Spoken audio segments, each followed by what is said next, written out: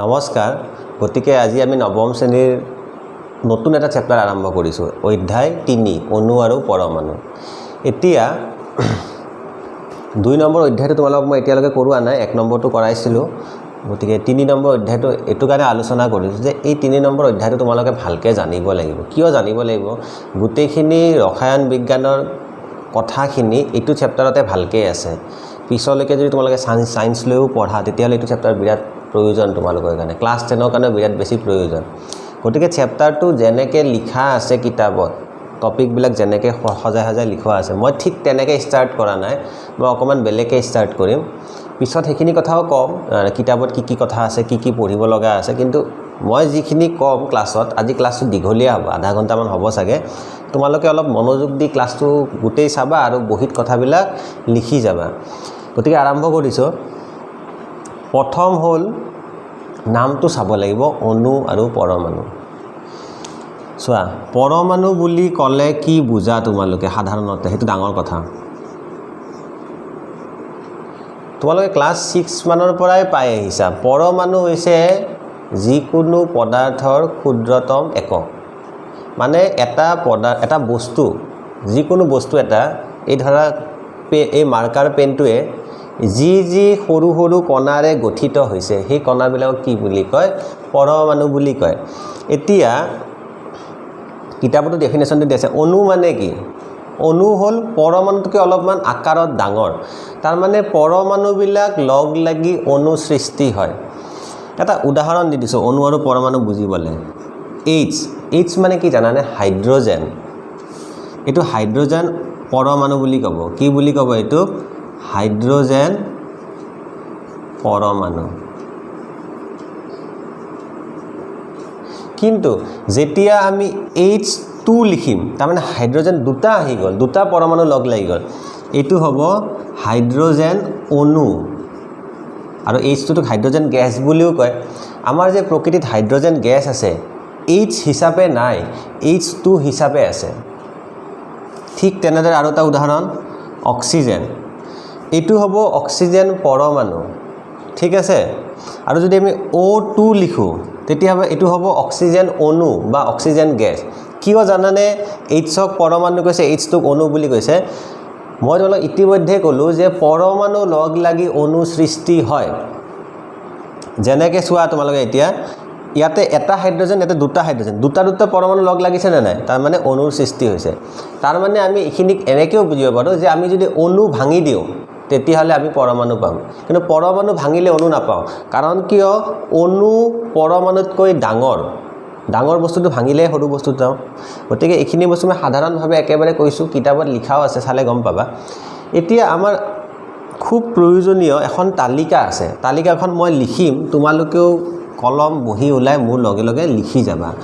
আমি প্ৰথম 20টা মৌল বা পৰমাণুৰ নাম মনত ৰাখিব লাগিব তোমালোকে ইতিমধ্যে ক্লাছ 6 ৰ পৰা শিকি আহিছা আৰু এবাৰ আমি লিখিম এতিয়া ক্লাছ 6 বহুত দিন আগতে পাৰ কৰিলা নহয় যেনেকে লিখিম ঠিক তেনেকে মুখস্থ কৰিব লাগিব খেলি মেলিকে মুখস্থ কৰিলে নহব আৰু মই নামটো লিখাৰ লগতে সংকেতবিলাকো লিখি যাম 1 নম্বৰ হাইড্ৰোজেন একে লগে লগে মুখস্থ কৰিবা এটো ক্লাছ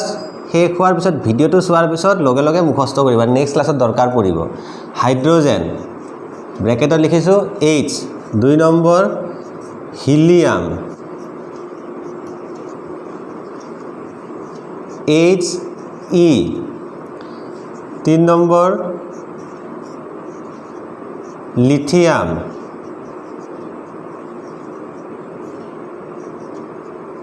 Li 4 নম্বৰ বেৰিলিয়াম তোমালোকে খেলি মেলিকে নিলিখিবা হাইড্ৰোজেনৰ পাছত লিথিয়াম লিখি নিদিবা যেনেকৈ কৈছে তেনেকৈ লিখিবা beryllium Be 5 number hydrogen helium lithium beryllium বৰণক লিখে B 6 number carbon C 7 number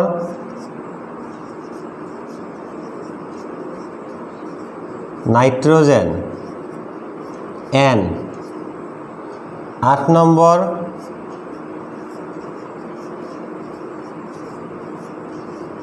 oxygen আখৰ বেয়া হ'ব পাৰে O সংকেতবিলাক মনত ৰাখিবা দেই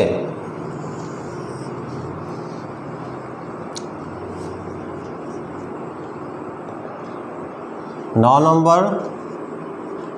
ফ্লোৰিন F এটা বস্তু মন কৰিবা য'ত য'ত দুটা দুটা তোমালোকৰ লেটাৰ আছে প্ৰথম লেটাৰটো সদায় কেপিটেল হ'ব মনত ৰাখিবা এতিয়া তুমি স্মল বি ই দিব নোৱাৰা প্ৰথমটো কেপিটেল হ'ব তাৰ পিছত 10 নম্বৰ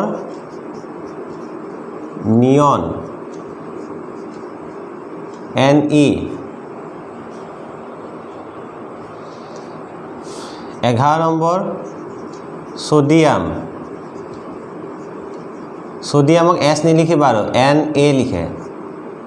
পাইছিলা ন ক্লাস 6 ত সোডিয়ামৰ লেটিন নাম নেট্ৰিয়াম বুলি কয় তো নেট্ৰিয়াম হলে N A আহে S দি বেলেগ বুজায় S দি সালফাৰ বুজায় গম পাবা গটিকে সব বস্তু মিলাই নিদিবা বলে সোডিয়াম আছে S দি স্টার্ট হ'ব S লিখিম না এটা এনেকুৱা কথা নহয় কিছুমান ফলনিও হয় তাৰ পিছত আহিব ম্যাগনেসিয়াম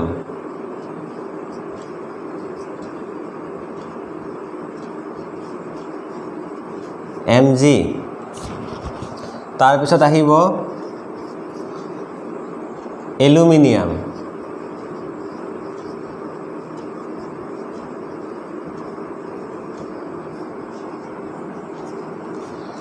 সোডিয়াম ম্যাগনেসিয়াম এলুমিনিয়াম 14 নম্বৰ সিলিকন তোমালোকৰ মুখস্থ থাকিব লাগিব মোৰ নিচিনা তেতিয়াহে পাৰিবা নহলে কেমিষ্ট্ৰি নহব silicon silicon Si sodium magnesium silicon ফসফৰাস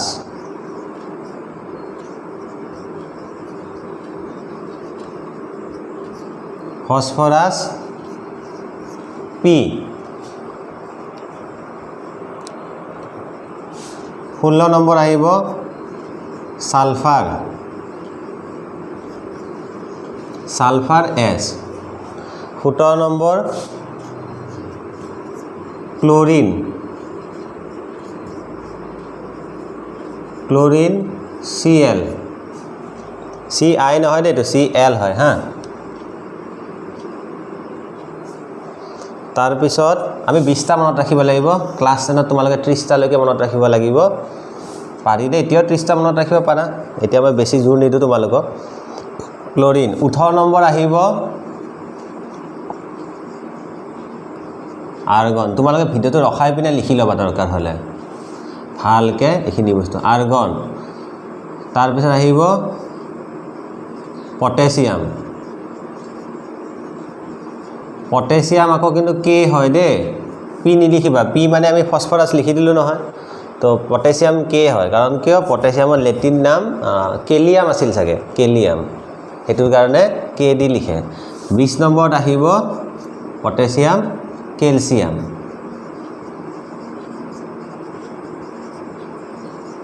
calcium Ca এইখন চাৰ্ট তোমালোকে ভিডিওটো ৰখাই লিখি লবা আৰু ঠিক যেনেকৈ আছে তেনেকৈ তোমালোকে মুখস্থ কৰিব লাগিব যে hydrogen helium lithium beryllium boron মনুষ্যকে কৈ আছো চা carbon nitrogen oxygen fluorine neon sodium magnesium aluminium silicon phosphorus sulphur তার পিছত ক্লোরিন আর্গন পটাছিয়াম ক্যালসিয়াম তোমালোকে কিয় এনেকৈ মুখস্থ কৰিব লাগিব তেতিয়া তোমালোকে আঙুলিৰ মূৰত গণিব লাগিব ধৰা মই সোডিয়ামৰ কথা কলো তোমালোকে তে সোডিয়ামটো কিমান নম্বৰত পৰে হিসাব কৰি চাব লাগিব বলে 11 নম্বৰত পৰে এই যোনটো নাম্বাৰটো লিখিছো ইয়াৰ গুৰুত্ব এটা আছে বহুত বেছি গুৰুত্ব আছে এটা সেইখিনি কি হয় আমি সেইখিনি আলোচনা কৰিম মই স্টাৰ্টিংতে কৈছো যে এই চ্যাপ্টাৰটো যেনেকৈ কিতাপত আছে মই ঠিক তেনেকৈ কিন্তু আলোচনা কৰা অলপ বেলেগকৈ আলোচনা কৰি আছো প্ৰথমতে অণু আৰু পৰমাণুৰ সমূহ আভাসটো দি দিছো এতিয়া আমি হেৰি মৌলবিলাকৰ এখন চাৰ্ট বনাইছো এইবিলাক পৰমাণুৱে হয় সব এতিয়া আমি কিয় এনেকৈ মুখস্থ কৰিব লাগিব এই ইয়াৰে মেইন গুৰুত্বটো কি এইখিনি আমি আলোচনা কৰিম কিন্তু তোমালোকে লিখি লবা সোয়া মই এটা টপিক লিখি লৈছো নাম লিখিছো কি উপপাৰমাণৱিক কণা উপপাৰমাণৱিক কণা মই তোমালোকক এটা বস্তু কৈছিলোঁ এটা অণু ভাঙিলে অণু এটা যদি ভাঙি দিওঁ আমি কি পাম জানানে পৰমাণু পাম এইখিনি কথা আমি ইতিমধ্যে আলোচনা কৰিছিলোঁ এতিয়া প্ৰশ্নটো যদি তোমালোকে মোক সোধা যে আচাৰ্য যদি আমি এটা পৰমাণু ভাঙি দিওঁ তেতিয়া কি পাম পৰমাণু ভাঙিলে তিনিটা উপপাৰমাণৱিক কণা পাম সেই তিনিটা পাৰমাণৱিক কণাৰ নাম কি কি প্ৰথমতে আমি জানিব লাগিব তাৰ মানে অণুতকৈ সৰু পৰমাণু পৰমাণুতকৈ সৰু এই তিনিটা কণা তে কোন তিনিটা কণা এক নম্বৰত আহিব প্ৰোটন এক নম্বৰত বুলি নহয় দুই নম্বৰত আহিব পাৰে এনে ক'লো আৰু প্ৰোটন তাৰ পিছত আহিব ইলেক্ট্ৰন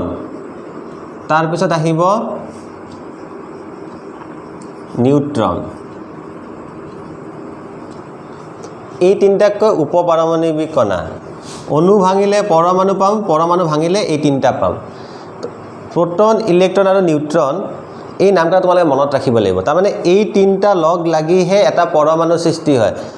পৰমাণু লগ লাগিহে অণু সৃষ্টি হয় ধৰিব পাৰিছা কথাখিনি এতিয়া উপপাৰমাণৱিক কণা মানে কি গম পালো পৰমাণুতকৈ সৰু যোনবিলাক কণা যিবিলাক কণাৰে পৰমাণুটো গঠিত হৈছে তাকে উপপাৰমাণৱিক কণা বুলি কয় এতিয়া কথাটো হ'ল মই এইকেইটা কথা কিয় পাতি আছো অলপ আগত মই এখন তালিকা দিলো এতিয়া উপপাৰমাণৱিক কথা পাতিছো এইবিলাক কিয় কৈ আছো লাহে লাহে গম পাবা মই কৈছো এই ভিডিওটো দীঘল হ'ব আৰু কথাখিনি একেলগে মানে এটা ভিডিওত বুজালেহে ভাল হয় এতিয়া চাবা তোমালোকে এখিনিও লিখি লবা আকৌ একে আগৰ নিচিনা যে অণু পৰমাণু প্ৰোটন ইলেক্ট্ৰন আৰু নিউট্ৰন এই তিনিটা কি বুলি কয় উপপাৰমাণৱিক কণা বুলি কয় এতিয়া চাবা উপপাৰমাণৱিক কণাৰ কথা মই কিয় কৈছো গম পাবা এটা পৰমাণু ভাঙিলে উপপাৰমাণৱিক কণাবোৰ পাও বুলি আমি গম পাইছো এতিয়া আমি আৰু এটা নতুন শব্দ শিকিব পাম হেতুৰ নাম হ'ল পৰমাণু ক্ৰমাঙ্ক পৰমাণু ক্ৰমাঙ্ক মানে কি নতুন এটা শব্দ পাইছো সব শব্দবিলাকত গুৰুত্ব দিয়া পিছতহে বুজিব পাগে পৰমাণু ক্ৰমাঙ্ক মানে হ'ল প্ৰোটনৰ সংখ্যা এটা পৰমাণুত কেইটা প্ৰোটন আছে প্ৰোটনৰ সংখ্যাকে পৰমাণু ক্ৰমাঙ্ক বুলি কয় বহুতে কিন্তু পিছলৈকে গম পাবা বহুতে ভুল বুজে ইলেক্ট্ৰনৰ সংখ্যা বুলি ভাবে নহয় প্ৰোটনৰ সংখ্যাকে পৰমাণু ক্ৰমাঙ্ক বুলি কয় এটা তোমালোকক যদি মই খুদু সোডিয়ামত কেইটা প্ৰোটন আছে উত্তৰ কেনেকৈ দিবা সেই কাৰণে তোমালোকক মই অলপ আগত যে ক'লো চাৰ্টখন মুখস্থ ৰাখিব লাগিব তালিকাখনত হিচাপ কৰি চোৱা সোডিয়াম কিমান নম্বৰত পৰে hydrogen helium lithium beryllium boron carbon nitrogen oxygen fluorine neon sodium 11 নম্বৰত পৰে যেহেতু 11 নম্বৰত পৰে গতিকে সোডিয়ামৰ পৰমাণু ক্ৰমাঙ্ক 11 তাৰ মানে সোডিয়ামত 11টা প্ৰোটন আছে ধৰিব পাৰিছা সোডিয়ামৰ পৰমাণু ক্ৰমাঙ্ক কিমান 11 এতিয়া আমি কি গম পালো সোডিয়ামত প্ৰোটন কেইটা থাকা বুলি গম পালো পৰমাণু ক্ৰমাঙ্ক মানে প্ৰোটনৰ সংখ্যা প্ৰোটন গম পালো আমি 11টা আছে আকৌ তোমালোকে মোক প্ৰশ্ন কৰিলা প্ৰশ্নটো কৰা নাই মনে মনে ভাবি আছে যে আচাৰ্য প্ৰোটনটো গম পালো 11টা আছে ইলেক্ট্ৰন কেইটা আছে এটা মৌলত যদি মৌলটো শব্দ এটা আছে নিউট্ৰেল বুলি কয় ইংৰাজীত অসমত প্ৰথম হেতু এটা পিছত গম পাবা নালাগে এতিয়া ক'ব এটা পৰমাণুত প্ৰোটন যেইটা থাকিব ইলেক্ট্ৰনো সিমানটাই থাকিব হেতু কথা মনত ৰাখিবা প্ৰোটন যিমানটা থাকিব ইলেক্ট্ৰনো সিমানটাই থাকিব প্ৰোটনক পি দি বুজায় ইলেক্ট্ৰনক ই দি বুজায় আৰু এটা কি আছিল উপপাৰমাণৱিক কণা তিনটা আছিল নহয় নিউট্ৰন নহয় দে নিউট্ৰন হয় নিউট্ৰন কেইটা থাকিব আৰু এটা প্ৰশ্ন আহিল নিউট্ৰনটো তোমালোকে এনেকৈ ধৰিব নোৱাৰা তোমালোকে মনত ৰাখিব লাগিব মই তথাপিও কৈ দিছো যে সোডিয়ামত নিউট্ৰন 12টা থাকে আকৌ প্ৰশ্ন আহিলে বলে দুটা একে এটো বেলেগ কিয় হল এটো বেলেগ কিয় হল এটা লাহে লাহে গম পাবা আমাৰ কাৰণে এতিয়া মূল কথা হল এটা পৰমাণুত প্ৰোটন যিমান থাকে ইলেক্ট্ৰনো সিমান থাকে নিউট্ৰনৰ দৰকাৰ পৰে যেতিয়া আমি ভৰ সংখ্যা ওলাম এটা পৰমাণুৰ ভৰ কিমান যেনেকৈ আমি ধৰা 1 কেজি পিয়াজ 1 কেজি 2 কেজি এইবিলাক কওঁ তেনেকৈ পৰমাণুবিলাকৰো ভৰ সংখ্যা থাকে এতিয়া যদি মই কওঁ তোমালোকক যে সোডিয়ামৰ ভৰ সংখ্যা কিমান সেইটো কথা পিছত পাবা মই এনে কৈ দিছো তেতিয়া প্ৰোটন আৰু নিউট্ৰন যোগ কৰিব লাগে তেতিয়া ইলেক্ট্ৰন যোগ নকৰে 11 + 12 = 23 তেনেকৈ যোগ কৰে ভৰ সংখ্যা পিছত পঢ়িম চোৱা যেহেতু প্ৰোটনৰ সংখ্যা আৰু ইলেক্ট্ৰনৰ সংখ্যা সদায় সমান এটা আমাৰ প্ৰথম পৰমাণুৰ ক্ষেত্ৰত প্ৰথম পৰমাণু বুলি কৈছো প্ৰথম মানে কি পিছত গম পাবা লাহে লাহে মই এটা কৰিছো যে প্ৰথম পৰমাণুৰ ক্ষেত্ৰত প্ৰোটন আৰু ইলেক্ট্ৰন সমান থাকে সেই কাৰণে বহুতে ভাবে কি পৰমাণু ক্ৰমাঙ্ক মানে ইলেক্ট্ৰনৰ সংখ্যা কাৰণ প্ৰোটন যিমান ইলেক্ট্ৰনো সিমান যে কিন্তু আসলতে পৰমাণু ক্ৰমাঙ্ক মানে হৈছে প্ৰোটনৰ সংখ্যা প্ৰোটনৰ সংখ্যাৰ সমান সংখ্যা হ'ল ইলেক্ট্ৰনৰ সংখ্যা কিন্তু এটা কথা মনত ৰাখিবা ইলেক্ট্ৰনৰ সংখ্যা কমিবও পাৰে বাঢ়িবও পাৰে কিন্তু প্ৰোটনৰ সংখ্যা কেতিয়াও নকমে একে থাকিব বা নাভাৰেও এইটো গুৰুত্বপূৰ্ণ কথা যে প্ৰোটনৰ সংখ্যা কেতিয়াও বাঢ়িব নোৱাৰে সদায় একে থাকিব সেই কাৰণে তোমালোকক কোনোবাই যদি সুধেও যে পৰমাণু ক্ৰমাঙ্ক মানেনো কি তোমালোকে কবা পৰমাণু এটাত থকা প্ৰোটনৰ সংখ্যা ইলেক্ট্ৰনৰ সংখ্যা নহয় কিন্তু প্ৰথম পৰমাণুৰ ক্ষেত্ৰত প্ৰোটন আৰু ইলেক্ট্ৰন সদায় সমান এইখিনি বস্তু আমি গম পাইছো নিউট্ৰনৰ কথাটো আমি পিছলে পাতিম কি হয় নিউট্ৰনটো কেনেকৈ ইয়াতে দৰকাৰ হয় উপপৰমাণৱিক কণা তিনটা আছে নহয় তাৰে তিনটাৰ প্ৰথম দুটাৰ কথা আমি এতিয়া আৰু অলপ পাতিম তোমালোকে এইখিনি আকৌ লিখি লবা ভিডিঅ'টোৰ পৰা চাই মানে নোট ডাউন কৰি গৈ থাকিবা এতিয়া আমি আৰু এটা নেক্সট টপিক পঢ়িম চাবা চোৱা এবাৰ আমি আৰু এটা নতুন টপিক লিখিছো সব আজি নতুন কথাই পাই আছো না আমি অলপ আগত পালো পাৰমাণৱিক সংখ্যা এতিয়া পালো আকৌ নতুন এটা শব্দ ইলেক্ট্ৰনীয় বিন্যাস বিন্যাস মানে কি জানানে নাই বিন্যাস মানে হল সজ্জা কেনেকৈ সজোৱা থাকে এটা পৰমাণুত প্ৰোটন থকা বুলিও আমি জানো ইলেক্ট্ৰন থকা বুলিও জানো নিউট্ৰন থকা বুলি জানো কিন্তু ইলেক্ট্ৰনীয় বিন্যাস মানে হল এটা পৰমাণুত ইলেক্ট্ৰনবোৰ কেনেকৈ আছে তাকে ইলেক্ট্ৰনীয় বিন্যাস বুলি কয় বিন্যাস মানে মই কৈছো না সজ্জা বুলি তাৰ কাৰণে তোমালোকে এটা পৰমাণুৰ ভিতৰৰ কথাখিনি জানিব লাগিব তেতিয়া তোমালোকে ইলেক্ট্ৰনীয় বিন্যাস বুজি পাবা গতিকে অলপমান ধ্যান দি চোৱা এটা পৰমাণুৰ ভিতৰখন কেনেকুৱা হেতু জানিবলৈ হলে তোমালোকে এটা পৰমাণুক ইলেক্ট্ৰন মাইক্ৰোস্কোপ দি চাব লাগিব ল্যাবৰেটৰী লাগিব তো তুমি সেইখিনি কথা মই তেনেকৈ ক'ব বিচৰা নাই যে তোমালোকে ক'ত ইলেক্ট্ৰন মাইক্ৰোস্কোপ ক'বা কথাখিনি যিখিনি কিতাপত লিখা আছে বা যোনখিনি বিজ্ঞানীসকলে কৈছে পৰ্যবেক্ষণ কৰি তো সেইখিনি কথা মই তোমালোকক কৈ আছো ইলেক্ট্ৰনৰ ভিতৰখন তোমালোকে যদি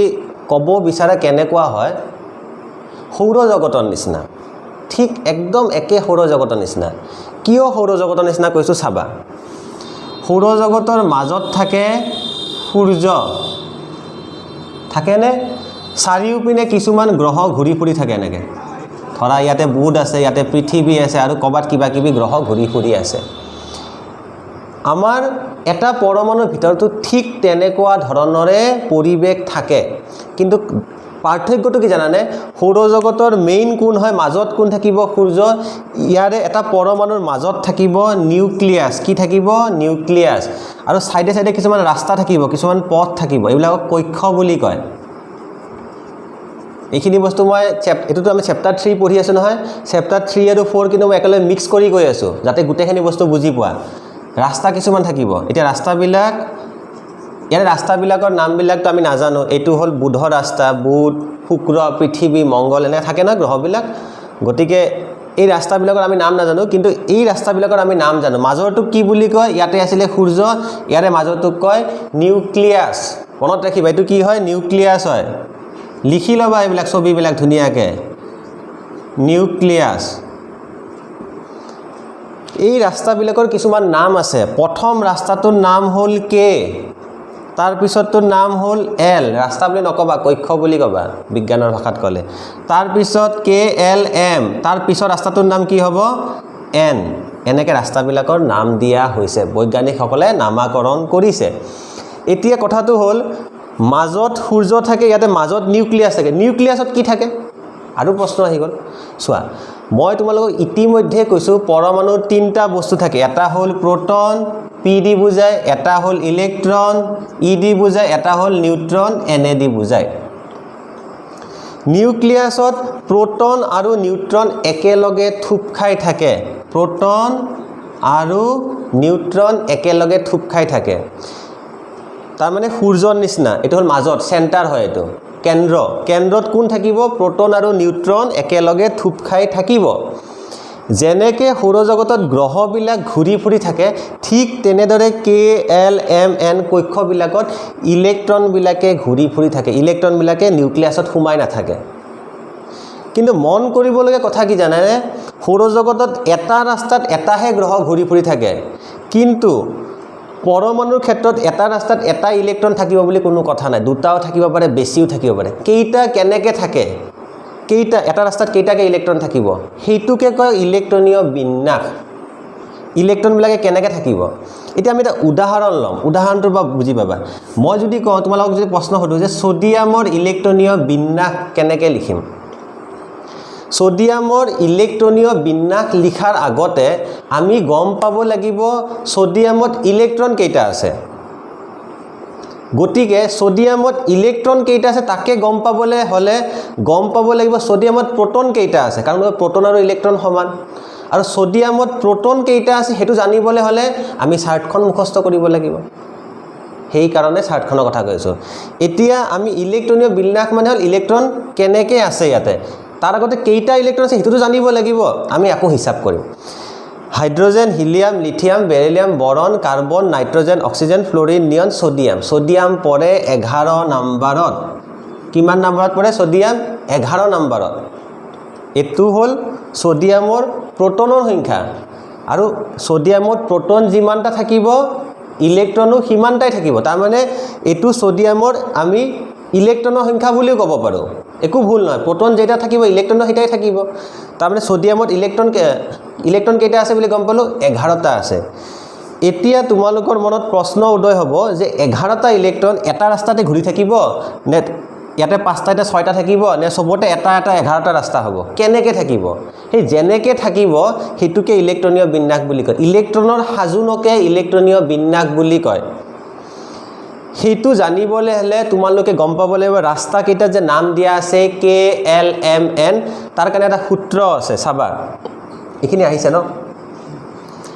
কেত চাবা, কেত আমি এটা ফৰ্মুলা আছে। ফৰ্মুলাটো এনেকুৱা হয়, মই লিখি দিছোঁ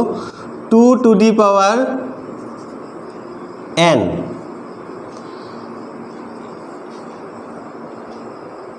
2 to the power n নাছিলে, কি আছিলে বা ফৰ্মুলাটো? হা, 2n স্কুৱেৰ ন? 2n স্কুৱেৰ, চৰি, ফৰ্মুলাটো আছিলে 2n স্কুৱেৰ। ঠিক আছে।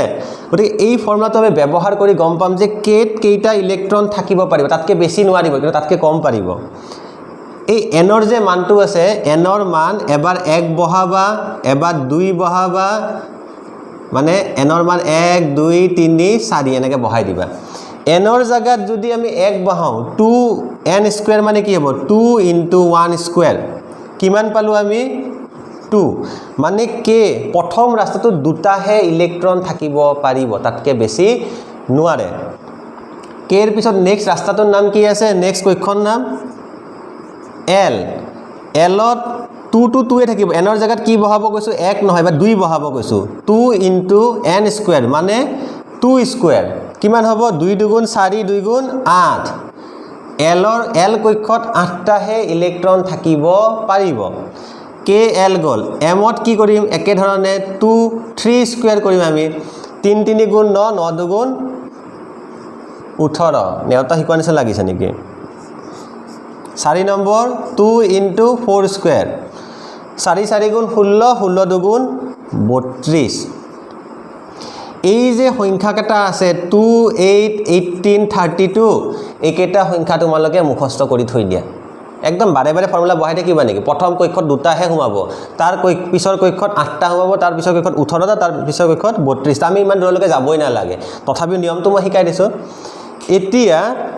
এইখিনিৰ ওপৰত ভিত্তি কৰি আমি ইলেক্ট্ৰনখিনিক সজাব লাগিব। ছ'ডিয়ামত মুঠ ইলেক্ট্ৰন কেইটা আছে? 11টা। 11টাৰ প্ৰথম ৰাস্তাটোত কিমানটা সোমাব? 2টা। 2টা সোমাই দিলা। কে হৈ গ'ল কেত কেইটা সোমালোঁ আমি এটা দুটা ইলেক্ট্ৰন ঘূৰি আছে প্ৰথম কক্ষত দুটাৰ কাম গ'ল থাকিল কেইটা 11টা দুটা গ'লে কেইটা থাকিলে 9টা এতিয়া এলত কেইটা সোমাব পাৰোঁ 9টাটো সোমাব নোৱাৰোঁ কেইটা পাৰিম 8টাহে পাৰিম গতিকে আমি 2,8 9 লিখিব নোৱাৰোঁ এলত আমি বেছিকৈ কেইটা সোমাম কমকৈ তুমি পাৰা কিন্তু বেছি সোমাব নোৱাৰা মই কৈ দি আছোঁ লগত কথাটো আৰু কম পাবা পিছত টোটেল আছে 11 প্ৰথম কক্ষত সোমালে 2 তাৰপিছত দিলোঁ কমা তাৰপিছত কক্ষত কিমান সোমাব 8 গতিকে আমি দিলোঁ 8 8 2 কেইটা হ'ল 10 হ'ল কিন্তু সোডিয়ামৰ ইলেক্ট্ৰন কেইটা আছিলে 11টা তাৰমানে এটা ৰখি গ'ল সেই এটা যে ৰখি গ'ল ৰখি যোৱাটো কিহত যাব ইয়াতে দুটা ইয়াতে 1 2 3 4 5 6 7 8 এলত কেইটা আহিলে 8টা এমত কেইটা আহিব এটা এইটো দৰকাৰ নাই যে এমত 18টাহে সোমাব লাগে 18টাই সোমাব লাগে সেইটো দৰকাৰী বস্তু নহয় 18টা ম্যাক্সিমাম হয় সবতছে সৰ্বোচ্চ হয় মানে সৰ্বনিম্ন এটাও হ'ব পাৰে নহবও পাৰে এমত নাথাকিলে নহব ধৰিব পাৰিছা গতিকে আমি এইটো ষ্টাইলতহে ইলেক্ট্ৰনীয় বিন্যাস লিখিব এইটো যে লিখিলোঁ 2,8,1 এইটোকে কয় ইলেক্ট্ৰনীয় বিন্যাস তাৰমানে ইলেক্ট্ৰনবিলাকে কেনেকৈ আছে সোডিয়াম পৰমাণু ক্ষেত্ৰত ইলেক্ট্ৰনবিলাক কেনেকৈ আছে প্ৰথম কক্ষত দুটা আছে কে কক্ষত দুটা আছে এলত 8টা আছে এমত এটা আছে ইলেক্ট্ৰনবিলাক যেনেকৈ সজাইছোঁ সজোৱাৰ কাৰণে এই নিয়মটো জানিব লাগিব 2 8 18 32 এই নিয়মটোকে কি বুলি কয় বা এই যোনটো আছে লিখা ষ্টাইলটো এইটো কি বুলি কয় ইলেক্ট্ৰনীয় বিন্যাস বুলি কয় আৰু দুটামান ইলেক্ট্ৰনীয় বিন্যাস তোমালোকক মই দেখাই দিছোঁ কিন্তু বাৰে বাৰে চিত্ৰ নাকো ঠিক আছে এতিয়া চাবা মই এইখিনি জানাই চাগে এইখিনি মই মোহাৰি দিছোঁ বাৰু আমি যিকোনো মৌলৰ কাৰণে ইলেক্ট্ৰনীয় বিন্যাস লিখিব জানিব লাগিব ধৰা অক্সিজেনৰ ইলেক্ট্ৰনীয় বিন্যাস লিখিব লাগে অক্সিজেন কিমান নম্বৰত পৰে hydrogen helium lithium beryllium boron carbon nitrogen oxygen 8 নম্বৰত পৰে অক্সিজেন পৰে 8 নম্বৰত তাৰমানে অক্সিজেনত কেইটা প্ৰোটন আছে 8টা প্ৰোটন আছে তাৰমানে অক্সিজেনত কেইটা ইলেক্ট্ৰন আছে 8টা ইলেক্ট্ৰন আছে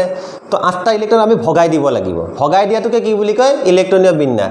প্ৰথম কক্ষত কেইটা সোমাব দুটা সোমাব নেক্সট কক্ষত কেইটা সোমাব 8টা সোমাব সোমাই দিলা কিমান হ'ল 8 2 10 হ'ল ইয়াতে আছে 8 মই তাকে ক'ব বিচাৰি আছোঁ যে 8টাই সোমাব লাগিব বুলি কথা নাই 8টাতকৈ বেছি সোমাব নোৱাৰা কিন্তু 8টাতকৈ কম সোমাব পাৰিবা টোটেলটো মিলিব লাগিব হিসাব কৰিলে এটা 8 2 10 হৈ গ'ল আছে 8টা গতিকে দুটা গুচি গ'ল দুটা গুচি যোৱাৰ পিছত 8ৰ পৰা 2 গ'লে কিমান থাকে 6 তো 2 নম্বৰ কক্ষত কেইটা সোমাব 6টা সোমাব ইয়াতে কে আৰু এল আছে এম নাই ইয়াতে এম কক্ষ নাই গতিকে বেলেগ বেলেগ পৰমাণুৰ কাৰণে কক্ষ যে কে এল এম এন গোটেইকেইটাই কক্ষ থাকিব তেনেকুৱা কথা নহয় দুটাও থাকিব পাৰে তিনটাও থাকিব পাৰে চাৰিটাও থাকিব পাৰে আৰু এটা উদাহৰণ দি দিছোঁ ধৰা সালফাৰ পৰে সিলিকন ফসফৰাছ সালফাৰ কৰে 16 নম্বৰত 16 নম্বৰত যদি সালফাৰ পৰে ইয়াৰ ইলেক্ট্ৰনৰ সংখ্যা কিমান হ'ব 16 হ'ব আমি 16টোক ভাঙি চাম প্ৰথম কক্ষত দুটা সোমালোঁ কমা 2 নম্বৰ কক্ষত আমি 8টা সোমালোঁ 8 2 কিমান গ'ল 10 আছে কিমান 16 আৰু কেইটা লাগিব 6টা তাৰ পিছৰ কক্ষত আমি 6টা সোমাই দিলোঁ হৈ গ'ল এনেকৈ আমি ইলেক্ট্ৰনীয় বিন্যাস লিখিব জানিব লাগিব তোমালোকৰ কাম হ'ল চাৰ্টখন প্ৰথমতে মুখস্থ কৰা 1 নম্বৰ কাম 2 নম্বৰ কাম হ'ল তোমালোকে যিখিনি ভিডিঅ'ৰ কথা ক'লে এইখিনি বুজা 3 নম্বৰ কাম হ'ল প্ৰত্যেকটো মৌলৰ কাৰণে নিজে নিজে ইলেক্ট্ৰনীয় বিন্যাস লিখা ধৰা এতিয়া মই কওঁ হাইড্ৰজেনৰ ইলেক্ট্ৰনীয় বিন্যাস কি হ'ব হাইড্ৰজেন 1 নম্বৰত পৰে হাইড্ৰজেনৰ ইলেক্ট্ৰনীয় বিন্যাস 1 হ'ব আৰু একো হ'বই নোৱাৰে 2 হ'বই নোৱাৰে প্ৰথমটো দুটা সোমাবই নোৱাৰে হাইড্ৰজেন আছে এটা ধৰিব পাৰিছা গতিকে এতিয়া আমি ইলেক্ট্ৰনীয় বিন্যাসখিনি মোৰ মতেতো তোমালোকে লিখিব পাৰা হ'ব লাগে যিমান পাৰো ভালকৈ বুজাবলৈ চেষ্টা কৰিছোঁ ইলেক্ট্ৰনীয় বিন্যাস আৰু দুটামান দেখাই দিওঁ দৰকাৰ এলুমিনিয়াম পৰে 13 নম্বৰত 13টো ভাঙি দিয়া প্ৰথমত দুটা তাৰপিছত 8টা 8 2 10 থাকিল কেইটা 3টা ক্লোৰিন দেখাই দিছোঁ ক্লোৰিন পৰে 17 নম্বৰত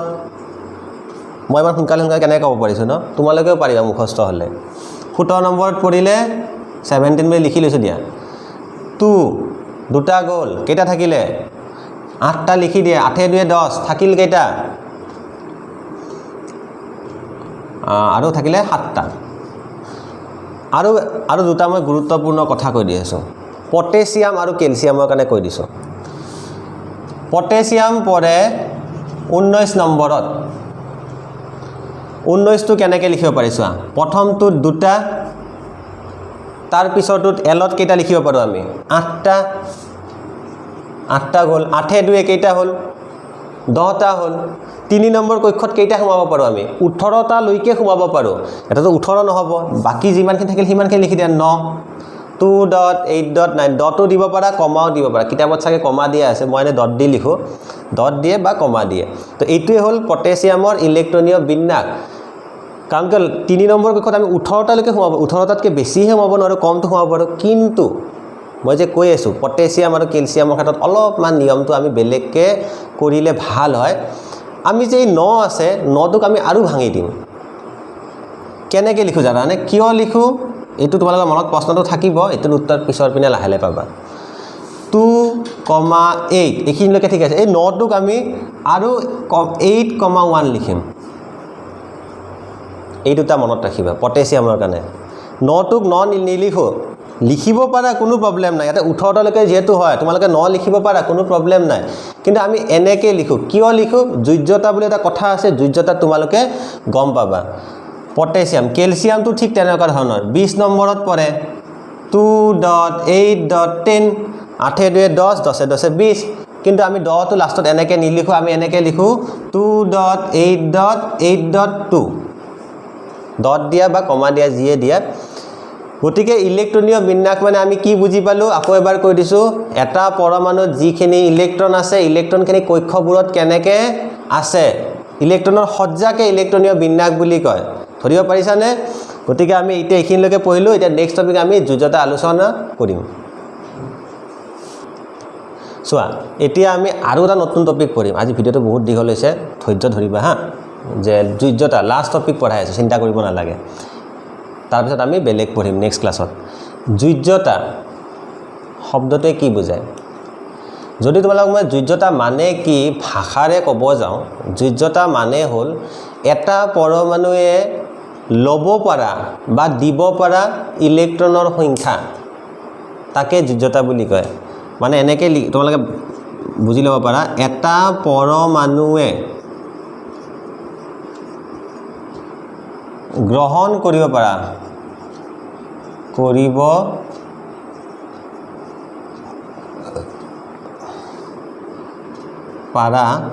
বা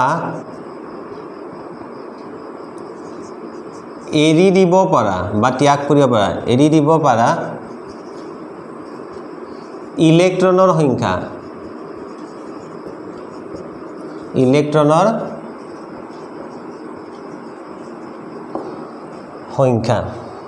এটা পৰমাণুৱে যিমানটা ইলেক্ট্ৰন ল'ব পাৰে বা যিমানটা ইলেক্ট্ৰন এৰি দিব পাৰে তাকে যোজ্যতা বুলি কয় এতিয়া সবে গ্ৰহণ নকৰে কিছুমানে এৰিও দিয়ে উদাহৰণস্বৰূপে তুমি ভাত খালা ভাত খোৱাৰ পিছত তোমাৰ পেট ফুল হৈ আছে তোমাক যদি কোনোবাই লগে লগে কিবা এটা খাব দিয়ে তুমি খাবা নে এইখিনি বেলেগক খাব দিবা নিশ্চয় তোমালোকে বেলেগক খাব দিবা তাৰ তোমালোকে গ্ৰহণ নকৰা আৰু কিছু ক্ষেত্ৰত কি হয় কিছুমান ইলেক্ট্ৰনৰ সদায় ভোক থাকে কিছুমান ইলেক্ট্ৰন কি হয় যেতিয়াই যি দিয়ে তাকে খাই দিয়ে মানে ইলেক্ট্ৰন নহয় কিছুমান পৰমাণু সদায় ভোক থাকে যে বেলেগৰ পৰা ইলেক্ট্ৰন পালে লৈ থাকে কিন্তু লোৱাৰো কথা আছে যিমানখিনি দৰকাৰ সিমানখিনিহে লয় বেছিকৈ নলয় আমাৰ মানুহৰ নিচিনা এনেকুৱা নহয় বোলে যিমান পাইছোঁ সিমানে খাই দিওঁ ইলেক্ট্ৰনে এনেকুৱা হয় এনেই মই খোৱাৰ কথাটো কৈছোঁ আৰু যে পৰমাণুক যিমানখিনি দৰকাৰ সিমানখিনি ইলেক্ট্ৰন লৈ লয় তাতকৈ বেছিও নলয় আৰু যেতিয়া বেলেগকো পৰমাণুৱে ইলেক্ট্ৰন দিয়ে তেতিয়া যিমানখিনি দৰকাৰ সিমানখিনিয়ে দিয়ে যদি ইলেক্ট্ৰন এৰি দিয়ে তেতিয়াহ'লে আমি তাক প্লাছেৰে বুজাওঁ ধনাত্মক আয়ন বুলি কওঁ এইবিলাক লাইন লিখিলা ফাৰ্ষ্টতে ইলেক্ট্ৰন ত্যাগ মানে কি ত্যাগ কৰিলে কি হয় ধনাত্মক আয়ন বুলি কয় ধনাত্মক মানে কি প্লাছ ন আয়ন শব্দটো কি হয় লাহে লাহে গম পাবা এতিয়া ইয়াক কি বুলি কয় বা কেটায়ন বুলি কয় এইটো ভিডিও তোমালোকে 2 বা 3 বাৰ চাবা তেতিয়া গুটেখিনি বস্তু গম পাবা ইলেক্ট্ৰন গ্ৰহণ কৰিলে যদি বেলেগৰ পৰা ইলেক্ট্ৰন লয় তেতিয়া কি হ'ব ঋণাত্মক আয়ন সৃষ্টি কৰে ঋণাত্মক আয়ন বা এনায়ন কি বুলি ক'ব এনায়ন বুলি কয় যোজ্যতা মানে হল কিছুমান পৰমাণু ইলেক্ট্ৰন বেলেগৰ পৰা লয় আৰু কিছুমান পৰমাণু ইলেক্ট্ৰন বেলেগক দিয়ে এটা কোনে কেইটা লয় বা কোনে কেইটা দিয়ে তাৰ কাৰণে এটা ফৰ্মুলা আছে সেই ফৰ্মুলাটো জানিলে আমি হল তেতিয়া আমি গম পাই যাম তোমালোক যদি মই খুদু এতিয়া সোডিয়ামৰ যোজ্যতা কিমান তোমালোকে ক'ব নোৱাৰিবা তোমালোকে সেইখিনি গম পাবলে এতিয়া প্ৰথমতে যোজ্যতা মানে কি গম পাইছে এতিয়া আমি কেনেকে যোজ্যতা ওলাই তাকে শিকিম ফাৰ্ষ্টতে তোমালোকে এইখিনি বস্তু লিখি লবা ভিডিওটো ৰখাই এতিয়া আমি চাম যে যোজ্যতা কেনেকে ওলাই প্ৰত্যেকটো পৰমাণু যোজ্যতা বেলেগ বেলেগ কিন্তু মন কৰিবা কথাটো মোৰ কেনেকে ওলাই কেইটামান মই নিয়ম লিখি দিছো নিয়ম কেইটা তোমালোকে নোট ডাউন কৰিবা শেষৰ কক্ষ মানে ৰাস্তা গম পাইছিলা নহয় KLM অলপ আগত বুজাইছো শেষৰ কক্ষৰ সংখ্যা 4তকৈ সৰু হলে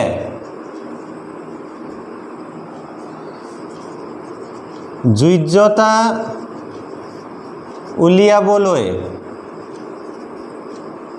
এইখিনি মই নিয়মখিনি বনাই দিছো দেই কিতাপত কেনেকৈ আছে অলপ বেলেগকৈ আছে চাগে কিতাপত শেষৰ কক্ষৰ সংখ্যা 4তকৈ সৰু হলে যোজ্যতা উলিয়াবলৈ 8ৰ পৰা সংখ্যাটো 4 ৰবা ভুল হল অকমান 4তকৈ সৰু হলে যোজ্যতা উলিয়াবলৈ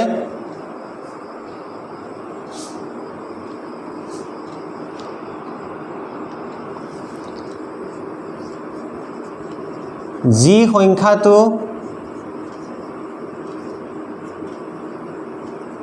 সংখ্যাটো থাকে সেইটোৱে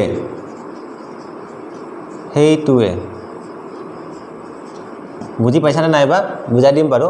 শেষৰ কক্ষৰ সংখ্যাটো চাবলে আমি যে ইলেক্ট্ৰনীয় বিন্যাস পাইছিলো ইলেক্ট্ৰনীয় বিন্যাসৰ লাষ্টৰ সংখ্যাটো চাবা যদি 4তকৈ সৰু থাকে যিটো সংখ্যা হয় সেইটোৱে যোজ্যতা 1 নম্বৰ নিয়ম এটো শেষৰ কক্ষৰ সংখ্যা 4তকৈ সৰু হলে যোজ্যতা উলিয়াবলৈ যিটো সংখ্যা থাকে সেইটোৱে হয় যোজ্যতা ঠিক আছে 2 নম্বৰ নিয়মটো কি হয় এটা শৰ্টকে লিখিম হা যদি 4 হয় মানে শেষৰ কক্ষটোৰ কথাই কৈ আছো মই হা যদি লিখিয়ে দিছো যদি শেষৰ কক্ষৰ সংখ্যা আখৰ বেয়া হৈছে 4 হয়